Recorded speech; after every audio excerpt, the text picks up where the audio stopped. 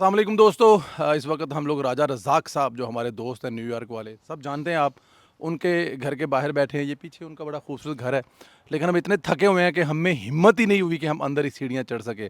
बाहर कुर्सियाँ बैठी थी, पड़ी थी, वहीं पे बैठ गए हैं। मेरे साथ असद साहब जो हैं, असद को आप जाते हैं, असद आर चौधरी साहब। मेरे साथ अदनान बोदला साहब हैं, और मेरे साथ मशहूर व मारूफ़ मेरे यार, मेरे दोस्त, मेरे भाई, मेरी मोहब्बत, मेरी जान, और आई डोंट नो क्या क्या, राजा कबीर है।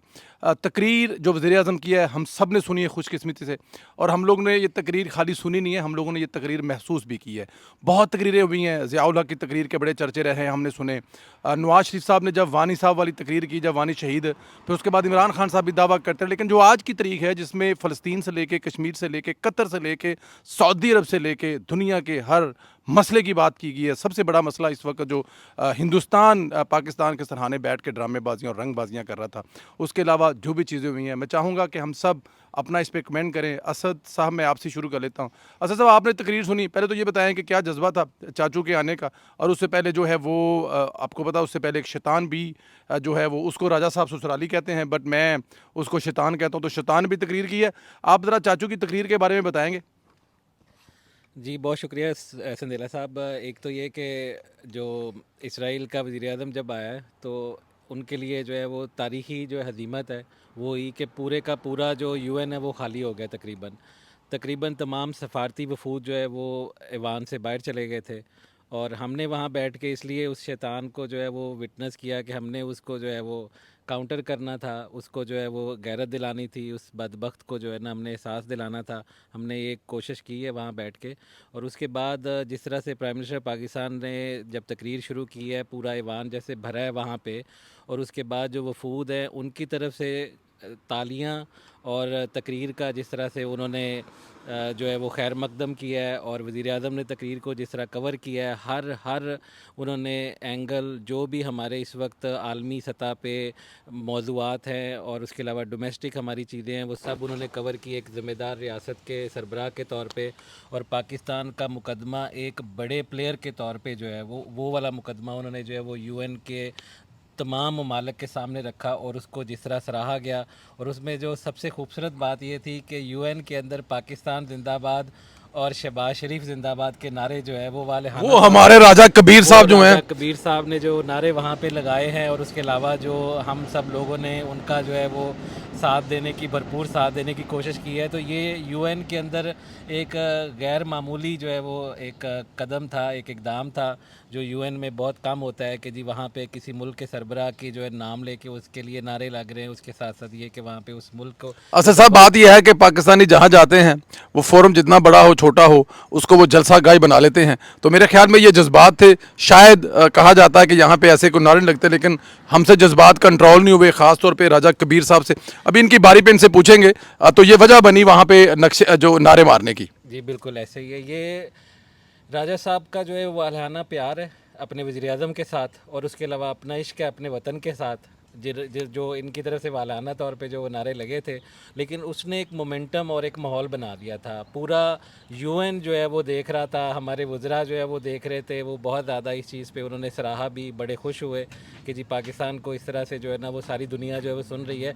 तो बहरहाल हमने एक हिस्ट्री जो है वो विटनेस की है संदेला साहब। मैं समझता हूँ ये एक तारीख़ी जो है वो मौका था।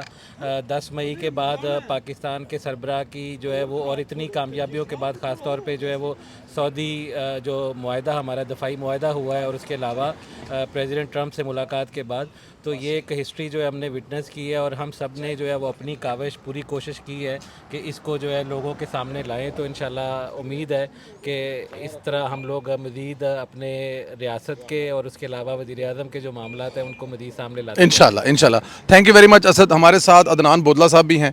राजा साहब, राजा साहब तुसां चाह तो रही है, एक अद्धा कमेंट्स कर सो, उस तो बाद तुसीं अंदर जुलसो। प्लीज़ ज़रा तकरीर के बारे दस्या जे। मां ये ख्याल है तुसां ना कि तुसीं जुलसो, चाह बनासो ना जी। जी बहुत शुक्रिया संदेला साहब, राजा कबीर साहब, हमारे पीर साहब अदनान बोदला और असद चौधरी साहब कनेडा से आए हैं जी। आज मैं समझता हूँ कि शहबाज शरीफ साहब की जो तकरीर थी, वो शहबाज शरीफ साहब ने तो कहा ना कि मैंने 24 करोड़ अवाम की नुमाइंदगी की है। मैं समझता हूँ कि उन्होंने आज 2 अरब मुसलमानों की نمائندگی کی ہے. بلکہ میں سمجھتا ہوں کہ انہوں نے پوری انسانیت کی ہے نمائندگی, کیونکہ مسئلے مسائل جو ہیں پوری دنیا کے Human rights تو پوری اب دیکھیں دنیا میں ہے نا جی. اسپین جو ہے, اٹلی, پرتگال, وہ مسلمان تو نہیں ہے لیکن وہ بھی تو اسی مسئلے کے لیے باہر, تو یہ پوری انسانیت کی نمائندگی کی بے شک بے شک, اور اسپیشلی ایز آئی سیڈ کہ پوری امت مسلمہ کی نمائندگی کی ہے, اور پاکستان کی ہی آواز ہے جو دنیا میں کوئی معنی رکھتی ہے اور جس کا کوئی وزن ہے. باقی تو مسلم ممالک ہیں وہ جیسے ہیں وہ کر رہے ہیں, بٹ اینی وے جی انہوں نے ہر ایک چیز کو کور کیا.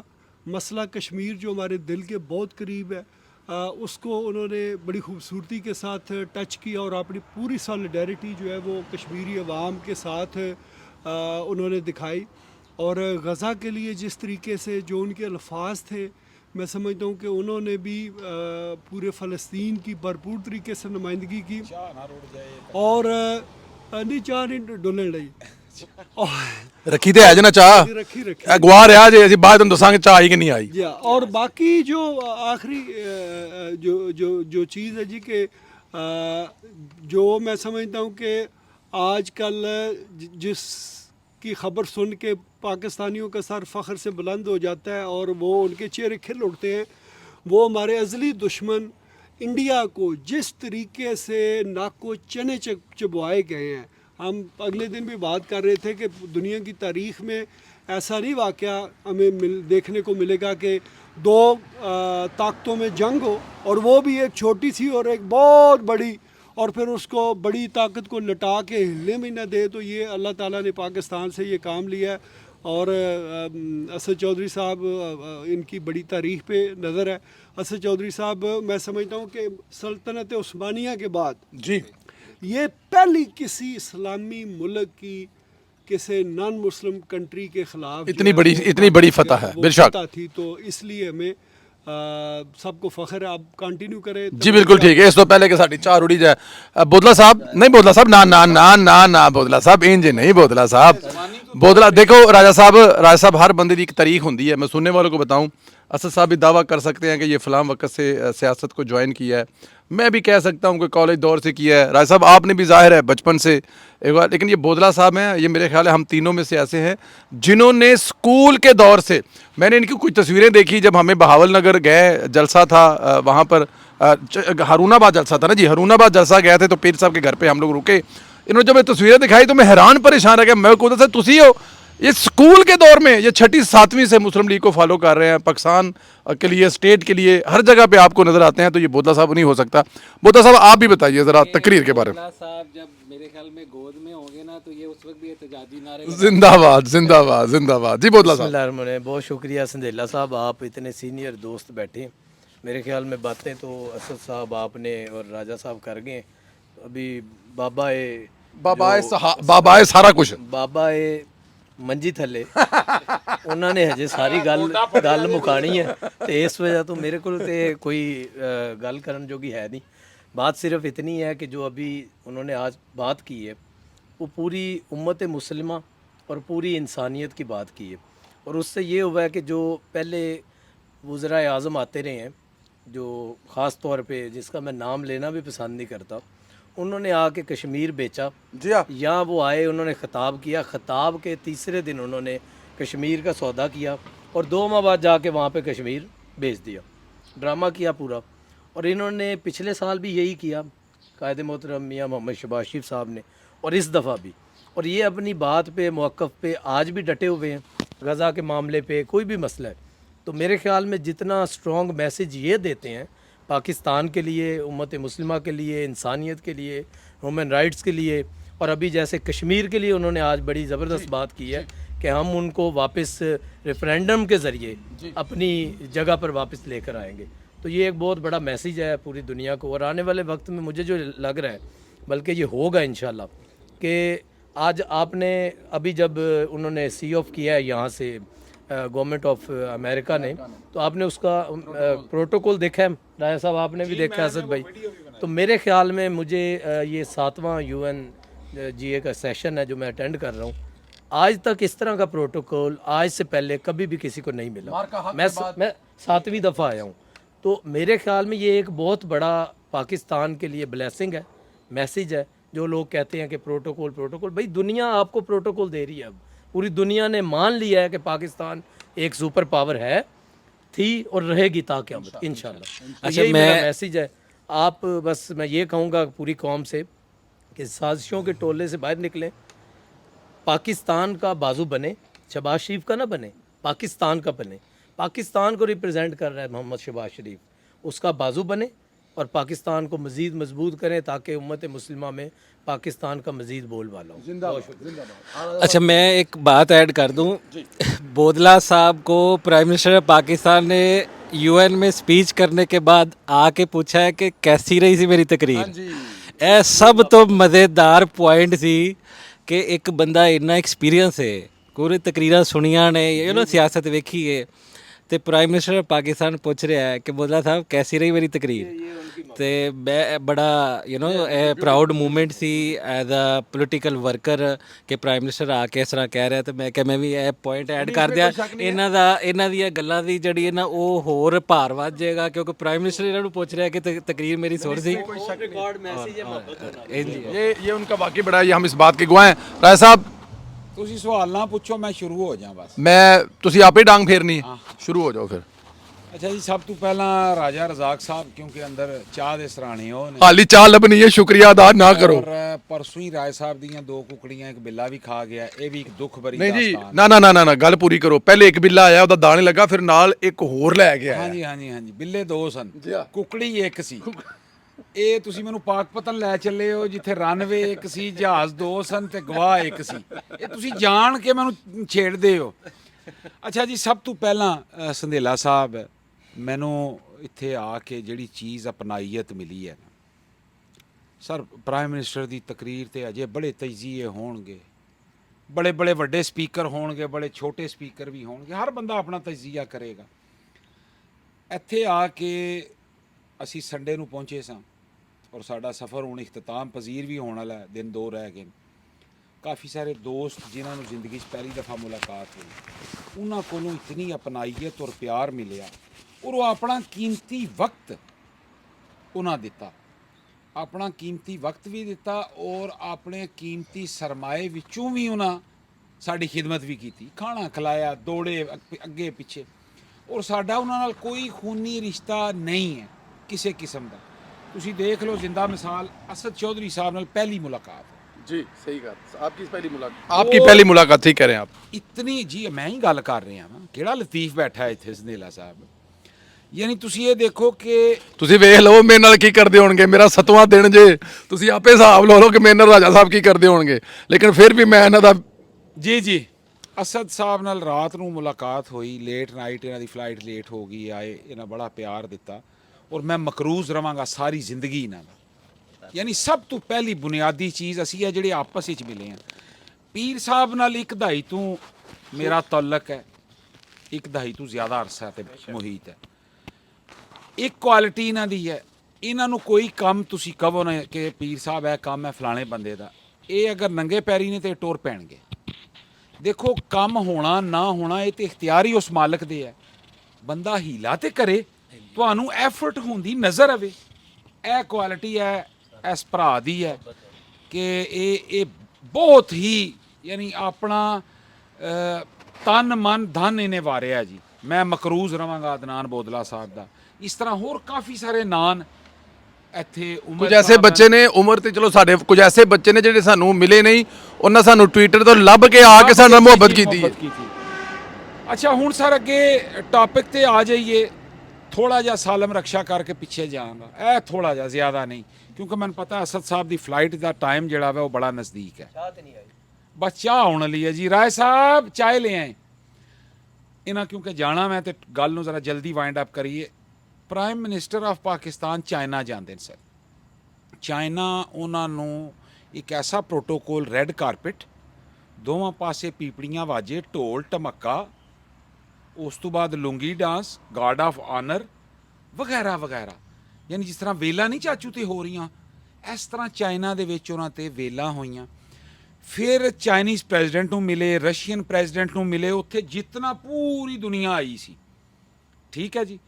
ਔਰ ਮੋਦੀ ਨੇ ਜਿਹੜੀ ਤਸਵੀਰ ਸ਼ੇਅਰ ਕੀਤੀ ਆਪਣੇ ਟਵਿੱਟਰ ਅਕਾਊਂਟ ਤੋਂ, ਉਹਦੇ 'ਚ ਪਿੱਛੇ ਸ਼ਹਿਬਾਜ਼ ਸਾਹਿਬ ਦੇ ਨਾਲ ਕੋਈ 5-7 ਸਦੂਰ ਤੇ ਵਜ਼ੀਰ ਆਜ਼ਮ ਖਲੋਤੇ ਸਨ। ਯਾਨੀ ਸਾਡਾ ਚਾਚੂ ਅੱਲਾ ਉਹਨਾਂ ਨੂੰ ਜ਼ਿੰਦਗੀ ਦੇ ਸ਼ਹਿਬਾਜ਼ ਸ਼ਰੀਫ ਸਾਹਿਬ ਨੂੰ, ਉਹ 5-7 ਸਦਰ ਤੇ 5-7 ਵਜ਼ੀਰ ਆਜ਼ਮ ਤੋਂ ਘੱਟ ਤੇ ਅੱਜ ਕੱਲ ਖਲੋ ਹੀ ਨਹੀਂ ਰਹੇ ਕਿਸੇ ਪਾਸੇ। ਉੱਥੋਂ ਆ ਜਾਓ ਜਲਦੀ ਨਾਲ ਫਾਸਟ ਫਾਰਵਰਡ ਕਤਰ ਵਾਲੇ ਪਾਸੇ ਆ ਜਾਓ। ਸਰਕਮਸਟੈਂਸਸ ਤੁਸੀਂ ਰੋਜ਼ਾਨਾ ਦੱਸਦੇ ਹੋ ਕਤਰ 'ਚ ਕੀ ਹੋਇਆ ਕੀ ਬਣਿਆ। ਕਤਰ ਵਿੱਚ ਸਰ ਜੀ ਫੇਰ ਉਹੀ ਪ੍ਰੋਟੋਕੋਲ, ਤੋਪਾਂ ਦੀ ਸਲਾਮੀ ਹੋ ਰਹੀ ਹੈ, ਤਲਵਾਰਾਂ ਨਾਲ ਰੈੱਡ ਕਾਰਪਟ। ਔਰ ਫਿਰ ਸ਼ਹਿਬਾਜ਼ ਸ਼ਰੀਫ ਸਾਹਿਬ ਦਾ ਦੂਜਾ ਫੇਰਾ ਹਫਤੇ ਦੇ ਵਿੱਚ ਹੀ, ਹਾਲਾਂ ਜੱਜ ਕੁਦਰਤ ਅੱਲਾ ਦੀ ਅਦਾਲਤ 'ਚ ਇੱਕ ਗਵਾਹ ਨੇ ਦੱਸਿਆ ਸੀ ਵੀ ਸਾਡਾ ਬੰਦਾ ਵੀ ਫੇਰਾ ਜਿਹੜਾ ਨਾ ਉਹ ਹਫਤੇ ਬਾਅਦ ਹੀ ਲਾਂਦਾ ਸੀ ਦੂਜਾ। ਪਹਿਲਾ ਕਿ ਦੂਸਰਾ? ਨਾ ਦੂਸਰਾ ਆ ਪਾਕਪਤਨ ਸ਼ਰੀਫ। ਹੁਣ ਫਿਰ ਸਿਆਸਤ ਹੈ ਨਾਲ ਵਿੱਚ, ਉਹ ਵੀ ਤੇ ਹੈ ਨਾ ਸਰ। ਹੁਣ ਮੇਰਾ ਫੇਵਰਿਟ ਟਾਪਕ ਹੈ ਲਤੀਫ। ਸ਼ਹਿਰ ਨਾਲ ਲੱਗਦਾ ਭਾਵਨ ਨਗਰ, ਥੋੜਾ ਹੱਥ ਥੋੜਾ ਇਹ ਟਾਈਮ ਸਕੁਅਰ ਵਾਲਾ ਜਿਹੜਾ ਵੀਲੌਗ ਹੈ ਨਾ, ਮੈਨੂੰ ਪੁੱਛਦੇ ਪੈਣ ਥੱਲੇ, ਲੋਕਾਂ ਨਾਲ ਵਾਅਦਾ ਕੀਤਾ ਹੈ ਕੱਲ ਅੱਜ। ਕਰਾਂਗੇ ਜੀ, ਕੱਲ ਕਰਾਂਗੇ, ਮਰਜ਼ੀ ਤੁਹਾਡੀ। ਸੈਕੰਡ ਟਾਈਮ ਫਿਰ ਕਤਰ ਆਮਦਨ ਪ੍ਰਾਈਮ ਮਿਨਿਸਟਰ ਸ਼ਹਿਬਾਜ਼ ਸ਼ਰੀਫ। ਉੱਥੇ ਤੁਸੀਂ ਦੇਖ ਲਓ ਸਾਊਦੀ ਵਲੀਅਦ ਉੱਥੇ ਪਹੁੰਚਦੇ ਨੇ, ਤਮਾਮ ਅਰਬ ਮਮਾਲਿਕ ਜਿਤਨੇ ਸਨ ਉਹ ਉੱਥੇ ਆਉਂਦੇ ਨੇ।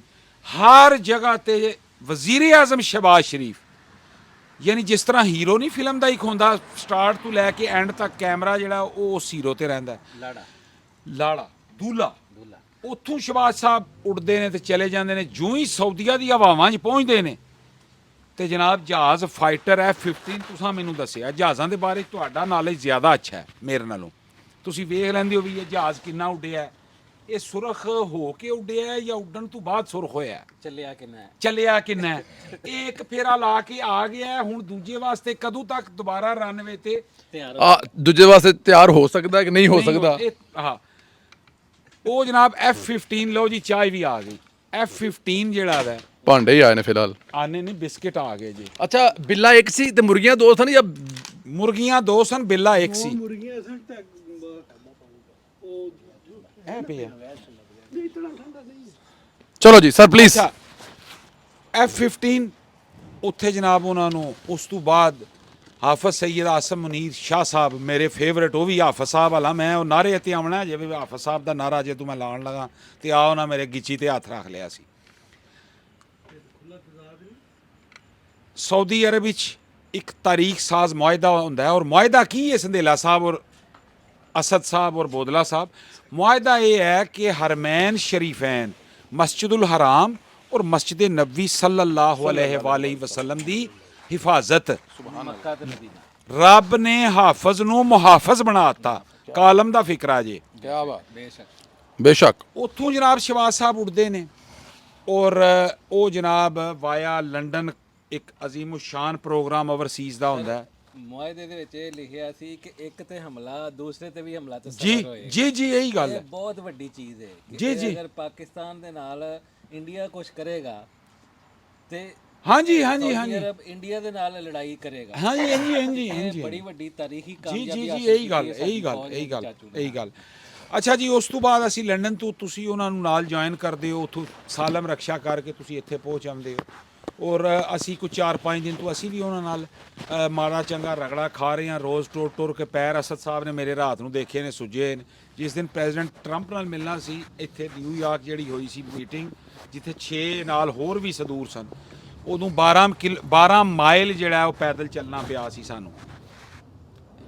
ਤੇ ਸਰ ਤਾਰੀਖੀ ਫਤੂਹਾਤਨ ਔਰ ਇਹ ਅੱਲਾਹ ਤਾਲਾ ਦਾ ਖਸੂਸੀ ਕਰਮ ਹੈ ਵਜ਼ੀਰ ਆਜ਼ਮ ਸ਼ਹਿਬਾਜ਼ ਸ਼ਰੀਫ ਔਰ ਹਾਫਿਜ਼ ਸੈਯਦ ਆਸਮ ਮੁਨੀਰ, ਇਹਨਾਂ ਦੋਵਾਂ ਬੰਦਿਆਂ ਤੇ। ਕੱਟ ਟੂ ਸ਼ਾਰਟ ਅੱਜ ਦੀ ਤਕਰੀਬ ਤੇ ਆ ਜਾਈਏ। ਜਿਸ ਵਕਤ ਵਜ਼ੀਰ ਆਜ਼ਮ ਤਕਰੀਰ, ਉਹ ਕੰਨ ਮੇਰੇ ਦੇ ਵਿੱਚ ਟੂਟੀ ਸੀ ਜੀ, ਸਾਰਿਆਂ ਦੇ ਕੰਨਾਂ ਦੇ ਵਿੱਚ ਟੂਟੀ ਸੀ ਜੀ ਲਾਈ ਤੁਸਾਂ ਸੀ ਲੇਕਿਨ ਟੂਟੀ ਸੀ। ਔਰ ਉਹ ਸਪੀਚ ਹੋ ਰਹੀ ਸੀ, ਉਹ ਜਿਹੜਾ ਮਾਹੌਲ ਹੈ ਨਾ ਸਰ, ਉਹ ਕੁਝ ਚੀਜ਼ਾਂ ਐਸੀਆਂ ਹੁੰਦੀਆਂ ਨੇ। ਉਹ ਕਿਸੇ ਨੇ ਅਮਾਨੁੱਲਾ ਸਾਹਿਬ ਨੂੰ, ਇੱਕ ਖਾਤੂਨ ਨੇ ਪੁੱਛਿਆ ਸੀ ਵੀ ਇਹ ਟੁੱਲ ਕੀ ਹੁੰਦਾ ਹੈ? ਉਹਨਾਂ ਕਿਹਾ ਇਹ ਵੱਜਦਾ ਹੋਵੇ ਤੇ ਮੈਂ ਵਿਖਾ ਸਕਦਾ, ਉਂਝ ਨਹੀਂ ਮੈਂ ਦੱਸ ਸਕਦਾ ਵਾ ਟੁੱਲ ਹੁੰਦਾ ਕੀ ਹੈ। ਤੇ ਮੈਂ ਸੰਦੇਲਾ ਸਾਹਿਬ ਜਿਹੜਾ ਟੁੱਲ ਹੈ ਨਾ, ਹਾਂਜੀ ਉਹ ਵਿਖਾਇਆ ਜਾ ਸਕਦਾ। ਇਸੇ ਤਰ੍ਹਾਂ ਟੁੱਲ ਜਿਹੜਾ ਹੈ ਉਹ ਵੀ ਵਿਖਾਇਆ ਹੀ ਜਾ ਸਕਦਾ। ਅਸੀਂ ਉਸ ਐਟਮੋਸਫੀਅਰ ਦੇ ਵਿੱਚ ਸਾਂ। ਬੋਦਲਾ ਸਾਹਿਬ ਸਨ, ਅਸਦ ਸਾਹਿਬ, ਤੁਸੀਂ, ਮੈਂ ਔਰ ਕਾਫੀ ਸਾਰੇ ਦੋਸਤ। ਜਦੋਂ ਉਹਨਾਂ ਨੇ ਕਿਹਾ ਨਾ ਜੀ 7 ਜਹਾਜ਼ ਅਸਾਂ ਉਹਨਾਂ ਦੇ ਸਕ੍ਰੈਪ ਲੋਹਾ ਲੈ ਲੈਣ ਤੋਂ ਪਤੀਸਾ ਬਣਾਤੇ। ਸਰ ਇਹ ਬੜਾ ਵੱਡਾ ਫਿਕਰਾ ਜੇ, ਇਹ ਕਾਲਮ ਦਾ ਫਿਕਰਾ ਵੈ ਸ਼ਹਿਬਾਜ਼ ਸਾਹਿਬ ਦਾ, ਇਹਦੇ ਤੇ ਕਿਸੇ ਦਾ ਧਿਆਨ ਹੀ ਨਹੀਂ ਗਿਆ। ਬੜਾ ਧਿਆਨ ਗਿਆ ਸਕ੍ਰੈਪ ਸਾਰੋ ਸਭ ਤੁਹਾਡੀ ਲੈਣੀ ਅੱਛਾ, ਉਹ ਜਿਸ ਵੇਲੇ ਉਹਨਾਂ ਇਹ ਕਿਹਾ ਨਾ ਸਰ, ਅੰਦਰ ਦਾ ਸੁੱਤਾ ਭੱਟੀ ਜਾਗਿਆ।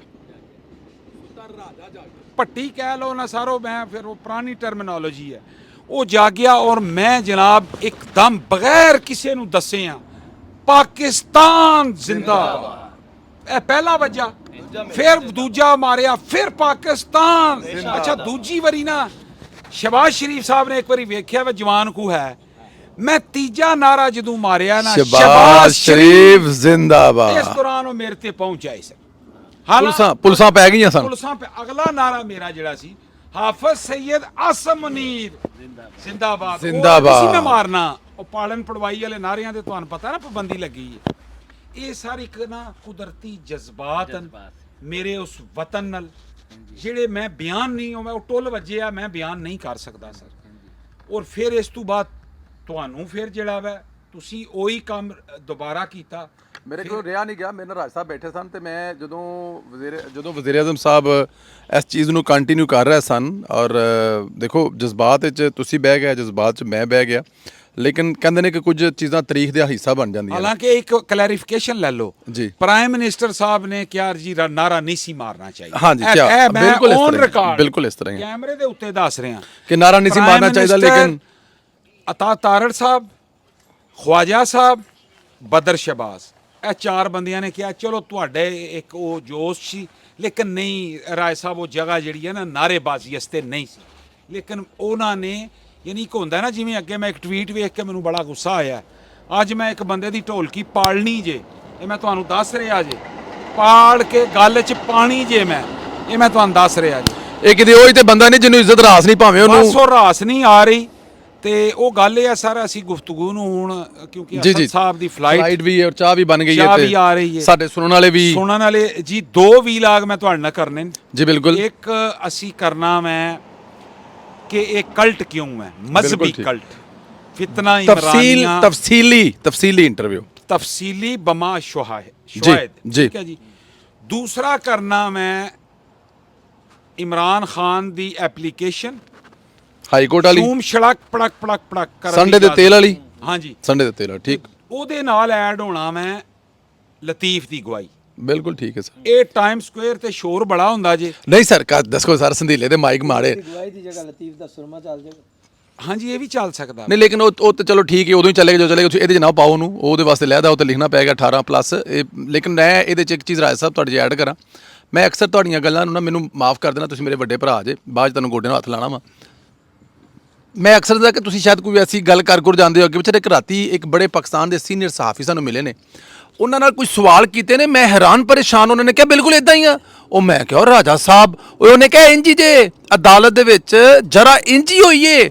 ਉਹਨਾਂ ਨੇ ਕਿਹਾ ਸਾਡੇ ਇੱਕ ਅਖਬਾਰ ਦਾ ਰਿਪੋਰਟਰ ਸੀ, ਟੀਵੀ ਦਾ ਰਿਪੋਰਟਰ ਸੀ, ਉਹ ਹੈ ਵੀ ਪਾਕ ਪਤਨ ਦਾ ਸੀ, ਉਹਨੇ ਜਿਹੜੀਆਂ ਗੱਲਾਂ ਸੁੱਥਣ ਲਾਉਣ ਤੋਂ ਲੈ ਕੇ ਤੇ ਮਤਲਬ ਮੈਂ ਜੀ ਸਕਾਇਪ ਵਾਲੀਆਂ ਬਾਡੀ ਪਾਰਟ, ਉਹ ਮੈਂ ਉਹਦੇ 'ਚ ਕਰਨੀਆਂ ਨੇ, ਮੈਂ ਇੱਥੇ ਨਹੀਂ ਕਰਨੀ। ਬਸ ਤੁਸੀਂ ਅੱਲਾ ਹਾਫਿਜ਼ ਕਰੋ ਮੈਨੂੰ ਦਿਓ ਤੇ ਮੈਂ ਇਹਨੂੰ ਬਲਾਈਂਡ ਕਰੇ, ਤੁਸੀਂ ਮੈਂ ਬੰਦ ਕਰਨਾ। ਅਗੇਨ ਅਸਦ ਭਾਈਜਾਨ, ਮੈਂ ਤੁਹਾਡਾ ਮਕਰੂਜ਼ ਰਵਾਂਗਾ, ਅੱਲਾ ਤੁਹਾਨੂੰ ਜ਼ਿੰਦਗੀ, ਸਿਹਤ ਔਰ ਤੰਦਰੁਸਤੀ ਅਤਾ ਫਰਮਾਏ। ਆਮੀਨ। ਬੋਦਲਾ ਸਾਹਿਬ ਤੁਹਾਡੇ ਵਾਸਤੇ ਵੀ, ਔਰ ਰਾਜਾ ਰਜ਼ਾਕ ਸਾਹਿਬ ਵਾਸਤੇ ਮੇਰਾ ਸਲੂਟ ਹੈ ਇਹਨਾਂ ਦੀ ਮੁਰਗੀਆਂ ਵਾਸਤੇ ਵੀ ਜਰਾ, ਸ਼ਕਲ ਦੱਸਦੀ ਵੀ ਇਹਨਾਂ ਨੇ ਮਿਹਨਤ ਨਾਲ, मुर्गियां वास्ते फातिहा भी जनाब। ਚਾਹ ਦੀ ਸ਼ਕਲ बहुत शुक्रिया जी। थैंक यू जी, थैंक यू। अच्छा जी, इसमें एक चीज़ जो मैं ऐड करना चाहता हूँ वो बहुत ज़रूरी है। मैं आज जब हम लोग बैठे थे, शहबाज शरीफ साहब अपने दोस्त के घर पे आए थे, ये उनकी मोहब्बत है, उनके पुराने दोस्त है। जब वो सर उसका अलहदा वीलॉग मैं रखता हूँ, मैं सर खाने के जो मेज सर मैं वो उन पे रखता हूँ सर। मैं सिर्फ एक इसको क्लोज़ करना चाहता हूँ, अगर इजाज़त दें तो।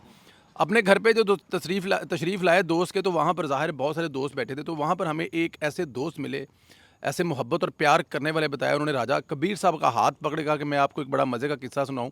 अब ज़ाहिर है हमारे सोर्स से हम आपको बता नहीं सकते, लेकिन ये बता सकता हूं कि वो उस वफ़द के साथ थे जो सदर ट्रंप के घर पर गया था। उन्होंने कहा जब हम लोग बात कर रहे थे तो सदर ट्रंप जैसे शहबाज शरीफ साहब का हाथ पकड़ कर गए, उन्होंने जी पीछे मैं रोज़ गार्डन बना रहा हूँ, तो आए मिस्टर प्राइम मिनिस्टर, मैं आपको अपना रोज़ गार्डन दिखाता हूँ।